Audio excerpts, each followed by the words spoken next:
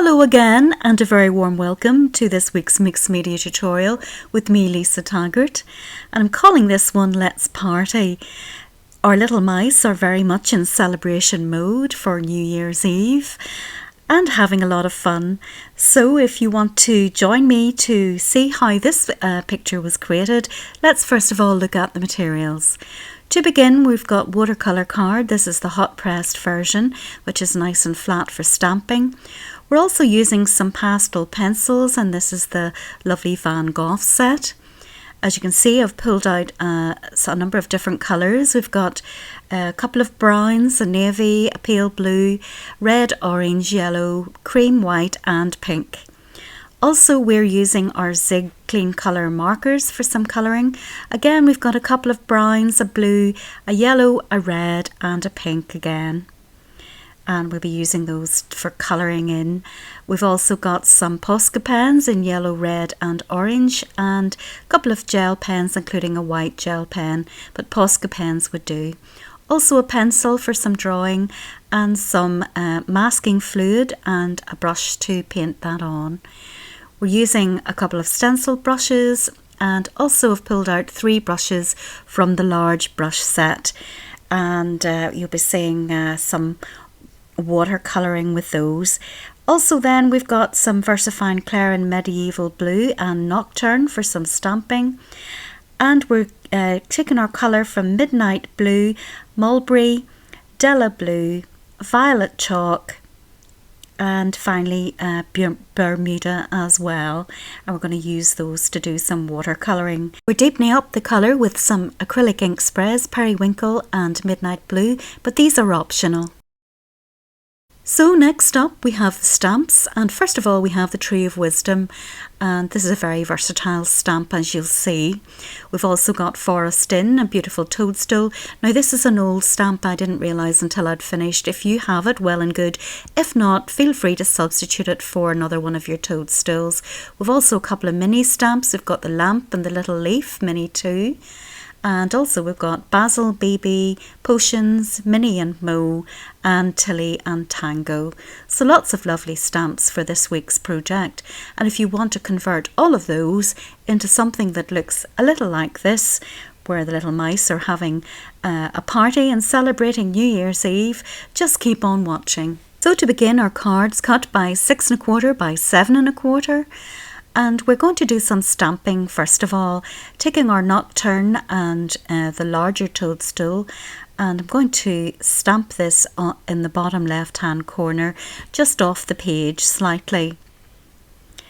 As I said earlier, I apologise that this is an older stamp that I didn't realise no longer is on the website. If you have it, well and good.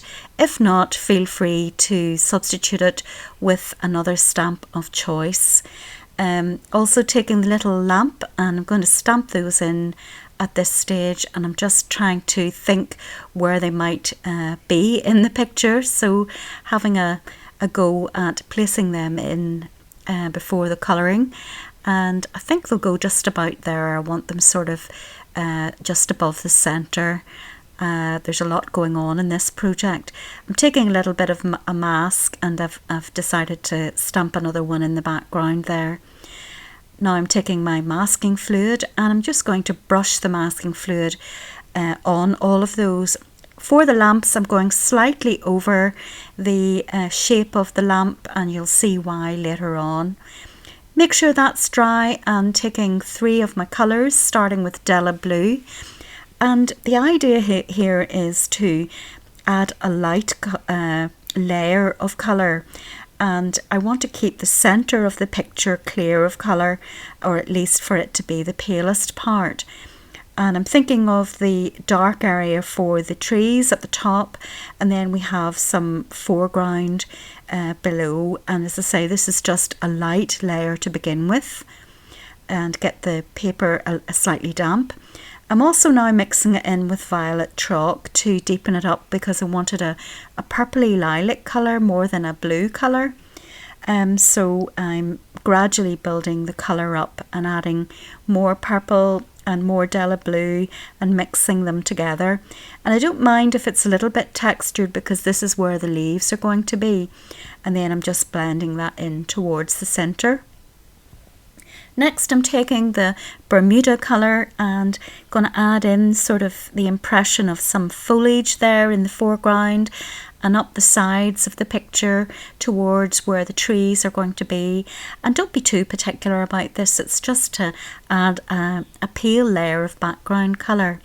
Now I've decided to blend in the centre and take my kitchen towel and remove that and kind of blend it out in the centre, because it's important that the centre remains the palest part of the picture. Then I'm just taking the green again and reintroducing some of that texture for the foliage in the background. And then going back to my Della Blue and just popping some of that in a very textured way with my large brush on top, both at the top of the picture and at the bottom there, just to give it some texture, as I say, and there we have it. Next, I'm taking my tree, and bear in mind that the card is still damp from the ink, and this is still water based ink, dye ink, and this is the Midnight Blue colour. And I'm just going to take my brush with a little bit of water and I'm just going to blend that out at this stage. I'm not too particular about the detail of the stamp. Really, at this stage, I'm interested in the shape of the tree. And what I've decided to do is to use the ink from the stamp and extend that on out at the bottom, and then take my kitchen towel and remove some of the ink at the right hand side where I think will be some light on the tree. And your kitchen towel is your best friend for this project, because if you go too heavy with the ink, you can always dab it out. And there you can see that I'm doing the same again. I'm colouring in the tree and extending the roots down just roughly with my brush. And I will thicken this tree later, but at the moment I'm just going to take away some of the ink to give the impression that light is touching the tree. And there you are. Next, I decided I wanted more leaves and branches at the top to extend right up to the end of the picture, and I've just added those roughly at the top. Going back now to my Della Blue and my stencil brush, and what I want to do is to deepen up, and this is very much a layered project. So we've got our lovely pale layer underneath, which we want to peek through here and there. And then we're going to deepen it up with the Della Blue, just wherever you think where the leaves might be, some shadow at the back of the tree, and a little bit also in the foreground. And bear in mind that this is very much sped up footage and I'm talking you through it, but do take your time with this and just dab the colour where I think it looks good.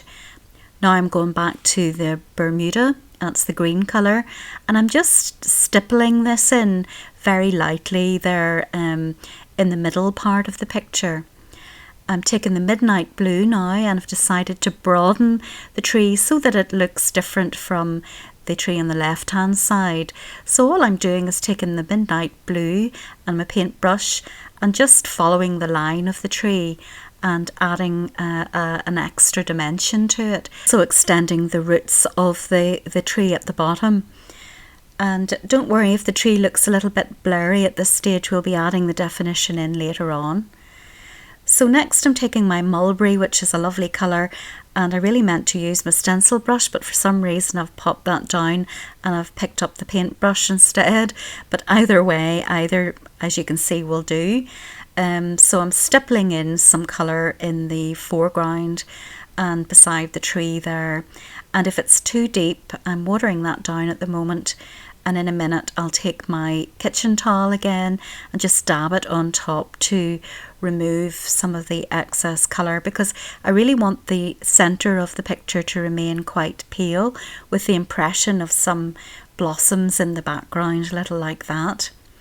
Going back again to the Bermuda, and now what I'm doing is I'm very lightly painting in some hazy background trees, which essentially are just lines, and you can see me paint these in by hand, just very roughly, and keeping them very pale, starting off with the Bermuda ink and also then moving on to the darker midnight blue. And if it's too strong, take your kitchen towel again, as you'll see me do, there we are, and dab away the ink that's too strong. Really do want to keep this very pale. Now, if you're not confident in drawing these lines in with your paintbrush, I recommend that you use either the birch or the elm stamp that Lavinia stamps do, which is both of them are lovely fine tree shapes, and as long as you stamp them probably second generation ink, they would work as well, and mask off the top and the bottom, so you only stamp them in the centre. I'm a bit more confident just drawing lines with paintbrushes, but as I say, there's always the other option of using whatever other stamps you have. So I'm just carrying on, making it up as I go along, putting in just very faintly some lines and a few branches off to the side, nothing too elaborate, but all the time making sure that they're nice and pale and blend in really to the background. Now I'm taking the Bermuda and I'm stippling some foliage over the top. I think I dipped my brush into the wrong ink pad there, so back to the green and just adding in the texture again. Now I have inked up only the centre of the stamp, and I'm adding that into both sides, so I'm not inking up the whole stamp, just the part where the bottom, the trunk of the tree is, and you can see that's been restored. Now I thought I would deepen up the picture, and this is all about layers, so I thought these would be nice colours of the ink sprays, and I'm just stippling that on top of what I have, and it gives it an extra depth. Now I'm concentrating it particularly around the lamps, and then I decided to take this little pound stamp, the leaves, and off camera I've stamped those randomly around and about just to add additional texture. And I like the fact that the light is shining through and that it's not all one solid colour. I also took my black pastel pencil and emphasised the sides of the tree and the roots at the bottom. Now I'm removing the masking fluid and I'm going to colour in the toadstools at the front. I've got red and pink. I've got a couple of browns. Now that's a grey that I don't end up using. I just use the browns and the yellow. And starting off with a neutral colour for the bottom, and again just making it up as I go along. I'm thinking about lots of different things. There are lots of there's multiple light sources in this picture, so the lights, the lamps above will cast yellow light on top of the toadstools, so I'm thinking that there'll be reflections, and I'm adding in sort of warmer tones to brighten the whole thing up. And the good thing about the Zig Clean Colour markers is that you can go over them with different colours and they all blend in together. As you can see there, I'm adding in the pink there at the end, where I think there'll be a lighter colour coming from the centre light source, and now I'm thinking about the yellow light which will come from above, and I'm using my white gel pen to restore the little white dots, and I think ultimately then I use my Posca pen in yellow to yellow them off. Now this is a blue colour which I've added at the side as a shadow, so don't be afraid to do that. And now I'm removing the gum from the lamps, and I've drawn in some wires, and I've used a couple of pastel pencils in black and cream just to colour those in slightly. And now I'm going to show you how I coloured in the lamp. And I'm starting off with the orange Posca pen, and I'm going to outline the lamp with that. And then in the inside of that I'm going to place some yellow. And I'm going to take my yellow pastel pencil and colour around the outside, and then some cream around the outside of that, basically graduating the paler colours to the outside, and then restoring the handle with black, and then finally adding some white around the outside, and there you are. Now I decided I want some fairy lights, so I've taken my pencil and like I did before, I'm drawing in a couple of lines, but this time I'm going to take my white gel pen and just literally draw in little dots along the pencil lines, something like that, and I'll come back to those later. But first of all, I'm adding in the potions. Now they have labels, so I want to have a paler area before I stamp so that the labels show up. So I've added the pale part with the pastel pencil, and then I'm stamping on top of that so that you can see the words. There you are. And I'm repeating that with another little bottle, and you can see that. And then finally put some fairy dust at the bottom of the tree. And this little mouse is balancing on his tail on the wire, and he's trying to get at the fairy dust, and it looks very precarious indeed. And I'll come back to him to colour him later. I'm adding another one on top of the toadstool, one in the centre who's also reaching for the fairy dust, naughty little mouse, and also then finally one with a little flute who's keeping them all entertained with music in the foreground. And I'm going to colour them and show you how I've done that.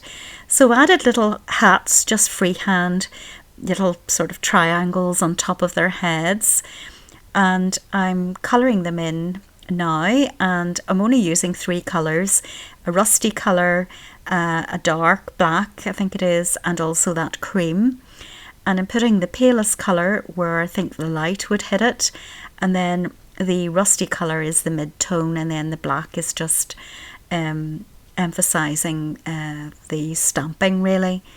And I'm just going back and forth and adding and mixing them together until I'm happy with how it looks. But it's essentially only 3 colours, and then I take a navy colour and add the shadow underneath. It's like a indigo bluey purpley colour. There we are, and some black as well. And now I'm adding the shadow underneath here. And it's just a rough little shadow, first of all, with that indigo colour, and then some black on top just for some emphasis.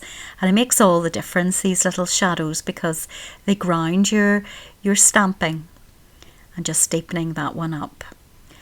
And also then taking my gel pen in yellow, and you can use a Posca pen for this as well, adding little highlights on top of the paws and the nose and wherever you think the lamps will hit it.